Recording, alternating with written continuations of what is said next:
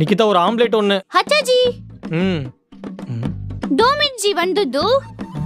இவன் ஆம்லெட் கேட்டா முட்டையை கிச்சன்ல இருந்து எடுத்துட்டு வெளியே போறா. சம்திங் ராங்கா இருக்கே. ஏய் இங்க ரெடி பண்றீக்க? ஜி நிமில் தான ஆம்லெட் கேட்டிச்சு. ஆமா. அதனால தான் ஆம்லெட் போட போகுது.